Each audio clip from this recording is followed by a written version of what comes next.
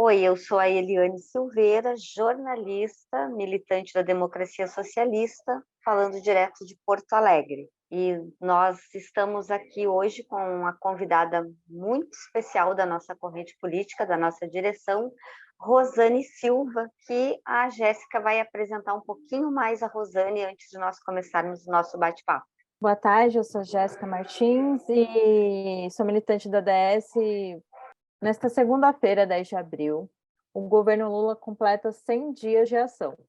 Nós convidamos a secretária nacional de Autonomia Econômica e Políticas de Cuidados do Ministério das Mulheres, a companheira Rosane Silva, para falar sobre a data.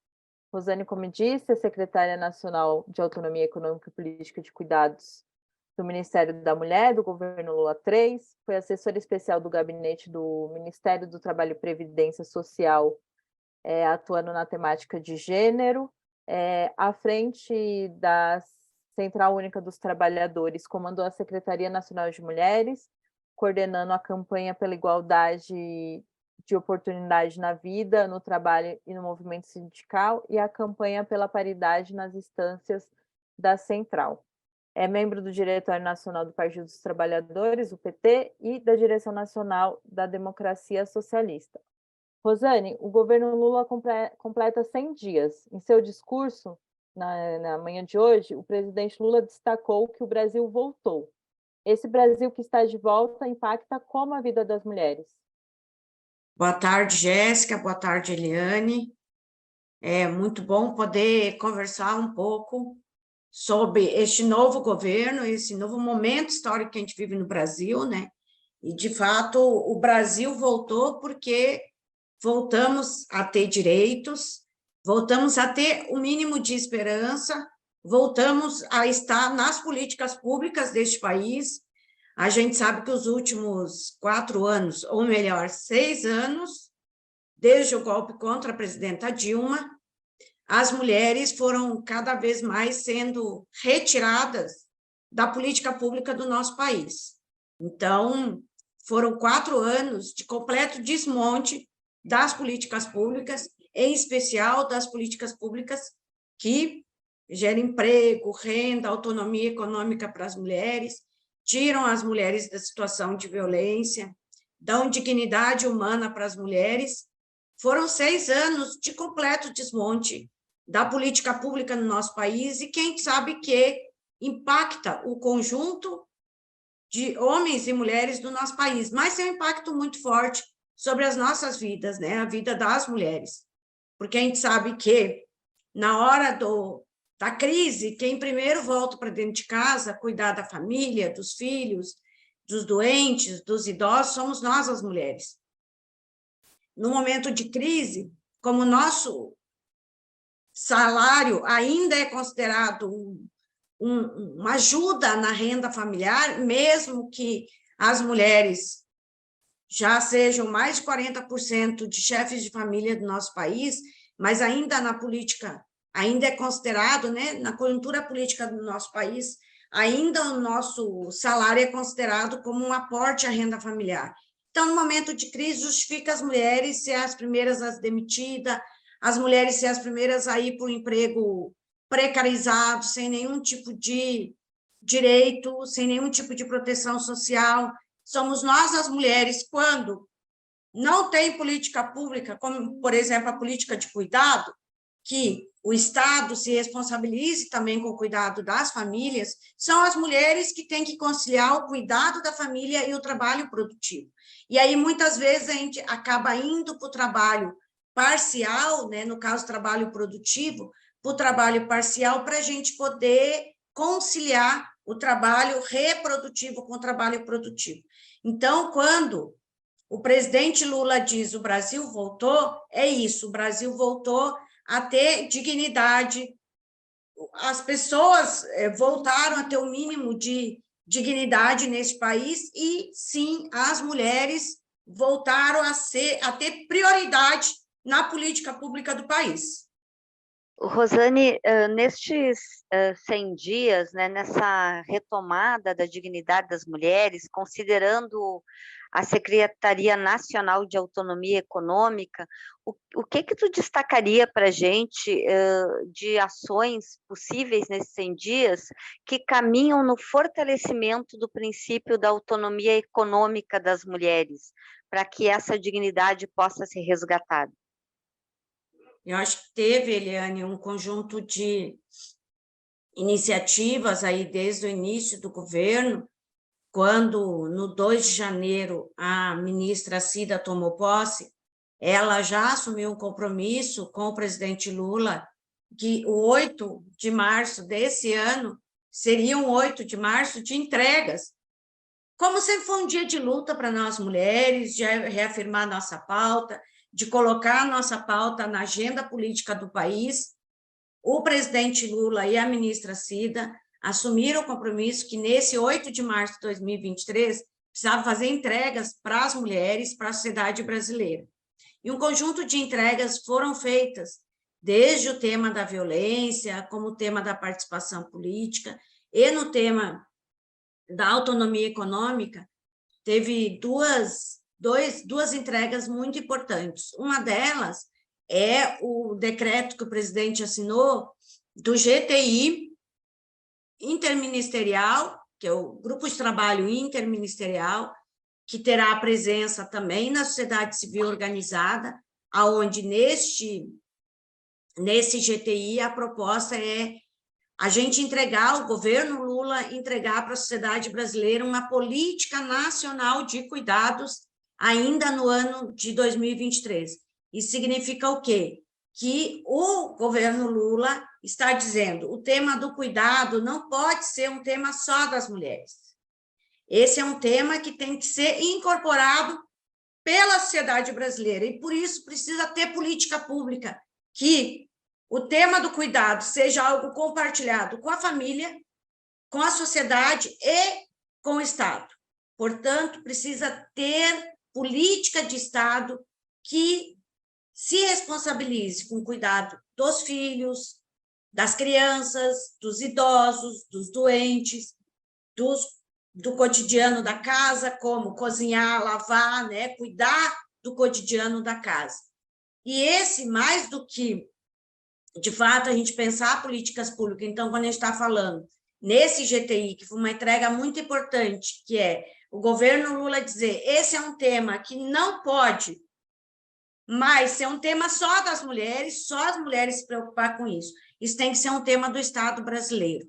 Então, o governo do presidente Lula assume essa responsabilidade de constituir, fruto desse debate aí com o conjunto da sociedade brasileira, com os atores sociais, com o movimento social organizado, com a sociedade civil organizada, mas também com o conjunto dos ministérios do governo do presidente Lula. São 17 ministérios que vão estar discutindo essa política, aonde vai desde o Ministério das Mulheres até o Ministério da Fazenda, discutindo esse tema e dizendo que esse é um tema transversal, esse é um tema que, de fato, dá sustentabilidade para que nós, mulheres, possamos avançar na nossa autonomia econômica.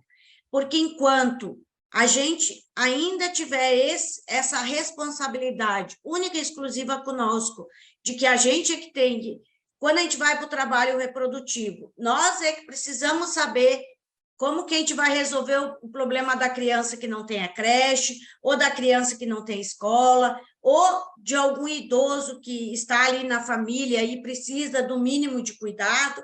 Então, muitas vezes, as mulheres deixam o seu trabalho produtivo para poder cuidar dos idosos e dos doentes da família.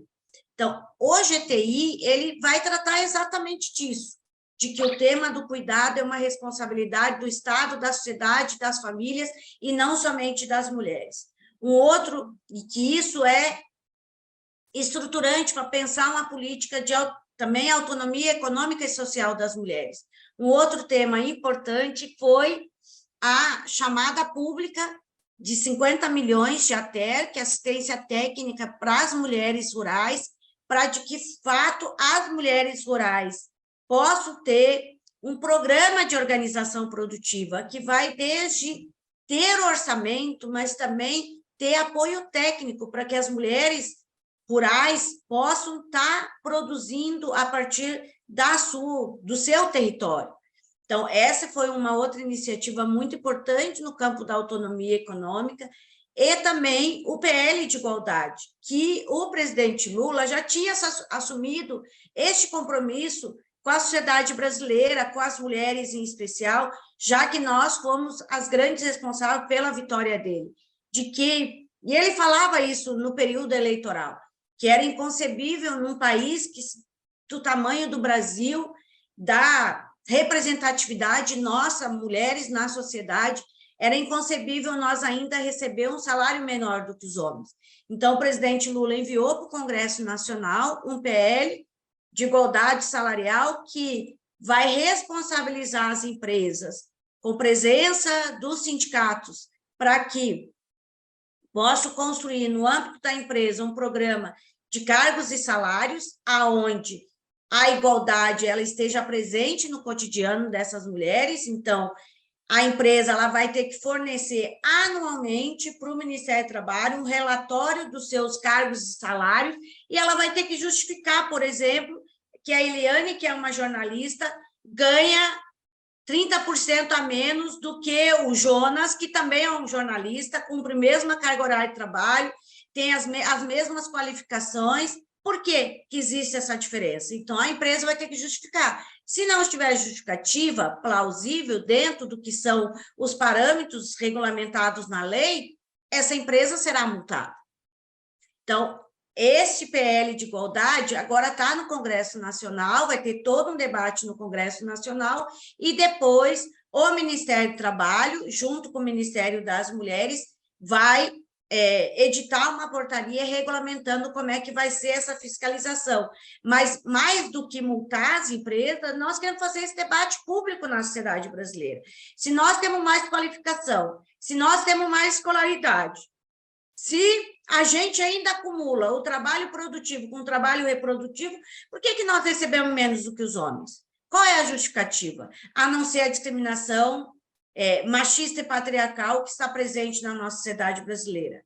Um outro tema super importante também, nesse processo de construção do 8 de março, um conjunto de iniciativas aí no tema do combate à violência, da participação política das mulheres, e também o governo brasileiro enviou para o Congresso Nacional uma mensagem para ratificar 2 convenções da OIT. Uma que trata, a 190, que trata do assédio moral e sexual no âmbito do trabalho, que a gente sabe que, em especial, o assédio moral atinge tanto homens como mulheres, mas atinge mais fortemente a nós mulheres, porque, como eu disse antes, a gente muitas vezes tem que conciliar o trabalho produtivo e reprodutivo. Então, no momento que tem que ficar até mais tarde na empresa, somos nós as primeiras a dizer que não pode ficar, porque precisa aí cuidar do trabalho reprodutivo. E isso acaba gerando muito assédio moral no interior das empresas. E os dados também demonstram aí que, nesse período de governo de ultradireita, de governo fascista que nós vemos no Brasil, o tema da violência contra nós aumentou muito, e não somente a violência doméstica, mas também a violência no ambiente do trabalho. Então, essa convenção da OIT, ela trata exatamente disso. E a Convenção 156, que trata exatamente sobre o compartilhamento das responsabilidades familiares entre homens e mulheres e o Estado, no caso daquelas pessoas, né, que estão no mundo do trabalho e que precisam, esse compartilhamento ele tem que ser associado por todo mundo, não somente pelas mulheres. Então, essas são 2 convenções importantes que foram agora para o Congresso Nacional, também para o Congresso aprovar, e depois de aprovada essas 2 convenções, o Brasil vai ter que adequar sua legislação a estas convenções. Então, foram medidas extremamente importantes, que agora nós estamos num momento de um diálogo intenso no interior do governo para, de fato, esse conjunto de políticas que foram anunciadas no dia 8 de março virar realidade na vida das pessoas, chegar lá na ponta sem falar de outras iniciativas, né, como retomar o Bolsa Família, com a titularidade para as mulheres, como Minha Casa Minha Vida, também com a titularidade com as mulheres, um conjunto de programas que já eram conhecidos pela população brasileira, tanto nos governos do presidente Lula como da presidenta Dilma, que tinha como prioridade as mulheres, foram retomados sob essas mesmas prioridades. São as mulheres as que são as principais beneficiadas no Bolsa Família, são as mulheres as principais beneficiadas também no Minha Casa Minha Vida. Então, esse conjunto de medidas, elas são fundamentais para, de fato, ir nos dando mais autonomia, seja econômica, seja social e seja política. Obrigada, Rosane. O presidente Lula tem falado muito em reconstrução. Os últimos 4 anos foram de destruição das políticas públicas, especialmente para as mulheres, né? Quais são as estratégias que o Ministério das Mulheres vai lançar mão nessa grande tarefa de reconstrução do Brasil? Então, Jéssica, tem um conjunto de políticas. Primeiro, nesse processo, de fato, de reconstrução do nosso país, a gente está começando pela reconstrução do Ministério, porque o Ministério das Mulheres desapareceu no governo, nos 2 governos anteriores, né? Seja o governo do golpista Temer, seja o governo do fascista Bolsonaro. Então, a política de mulheres ela foi completamente destruída. Não somente destruída a política, foi destruída a nossa história. Tudo que a gente procura dos governos Lula e Dilma, tudo que a gente acumulou, a gente não encontra, porque foi um processo de destruição de toda essa política. Então, a primeira iniciativa nossa nesse processo de reconstrução é reconstruir o Ministério, tanto que é a primeira vez que a gente tem o Ministério das Mulheres, e a ministra Cida sempre gosta de salientar isso, é um Ministério das Mulheres, não é de um único tipo de mulher, não é, então é do conjunto das mulheres, todos os tipos de mulheres que tem na sociedade brasileira são muito bem-vindas dentro do Ministério, e é compromisso nosso construir política para esse conjunto de mulheres, né? Com a sua diversidade, seja de raça, seja de sexualidade, seja de classe. Então, é o Ministério do Conjunto das Mulheres. Então, a nossa primeira iniciativa foi nesse processo, a reconstrução do nosso ministério. Então, tendo o Ministério, estando ali na esplanada do Ministério, recompondo um conjunto de políticas, como no tema da violência. A gente está no processo de reconstrução do 180, que foi também completamente desestruturado. Na semana passada, no dia 13 de abril, a ministra Cida e a secretária Denise anunciaram, né, essa reorganização do 180, inclusive com 180 pelo WhatsApp. Tem a reconstrução do processo, não somente da estrutura, mas toda a política da Casa da Mulher Brasileira. A proposta é a gente ter em torno de 40 novas casas da mulher brasileira, sem falar em recuperar aquelas casas que já tinham sido construídas no governo Lula e Dilma, em especial no governo da presidenta Dilma.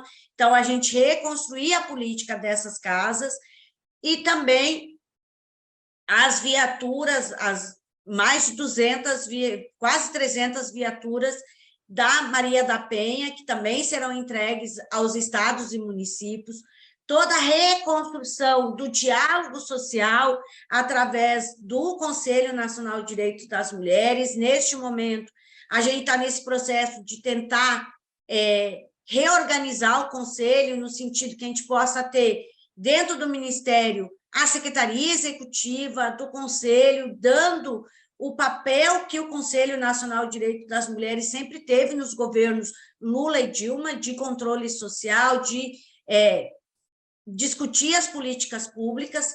E esta semana, inclusive amanhã, a gente começa um diálogo com as OPMs, que é os organismos de participação das mulheres. Então, a gente vai reunir em Brasília em torno de 200 mulheres. A última informação que eu tinha das inscrições, já passava de 250 mulheres inscritas, de diversos organismos, seja estaduais, seja municipais, que estavam querendo participar desse momento. Então, um novo momento de diálogo social através do Ministério das Mulheres com os organismos de participação das mulheres, e também aí com a reconstrução desses espaços de diálogo social, a gente vai começar o diálogo da construção da nossa Conferência Nacional de Política para as Mulheres, que não teve no governo golpista, nem no governo do fascista Bolsonaro. Então, é um momento, de fato, de um processo de reconstrução. Ao mesmo tempo, na articulação institucional, de fato, esse diálogo da participação política das mulheres. No dia 14 de março, foi aprovado, né, a lei, quer dizer, desculpa, não foi aprovado, o presidente Lula fez um decreto instituindo o dia 14 de março como dia de enfrentamento à violência de gênero na política, que é o dia que se comemora, né, o dia de morte de Marielle Franco. Então, deixando claro de que a violência política, ela tem um impacto muito forte na vida das mulheres, e em especial das mulheres negras, que se desafiam em estar neste lugar, que é um lugar de direito de todas as mulheres. Então, enfrentar esse debate da violência política de gênero e de raça é estratégico nesse processo de reconstrução que o governo do presidente Lula tem buscado aí nesse processo desde 1º de janeiro. A gente pode dizer, 100 dias é muito tempo para reconstruir o estado que nós encontramos, é muito pouco tempo, porque a gente encontrou um estado completamente destruído, em todo o seu sentido. Então, é um processo longo de reconstrução, mas o presidente Lula tem liderado com muita firmeza esse processo de reconstrução no nosso país, e no nosso caso das mulheres, a ministra Cida tem trabalhado incessantemente para que as políticas para as mulheres sejam uma política de todo o governo e não somente do Ministério das Mulheres. Tanto que no dia 8 de março a gente teve 29 ministérios fazendo anúncios em relação às mulheres nos seus ministérios. Por exemplo, no Ministério dos Esportes, teve o anúncio da Bolsa Atleta, que é garantir que as mulheres atletas, quando engravidam, elas possam exercer a sua maternidade. Então, o Estado brasileiro vai pagar uma bolsa para que essas mulheres possam garantir a sua licença maternidade. E um conjunto de outras iniciativas, como no Ministério da Educação, o anúncio das Mulheres 1000, que trata exatamente do tema da qualificação profissional, com ênfase nas mulheres. No Ministério do Trabalho, esses anúncios que eu já falei aqui, porque tudo que a gente construiu no âmbito da autonomia econômica foi dialogando com o Ministério das Mulheres.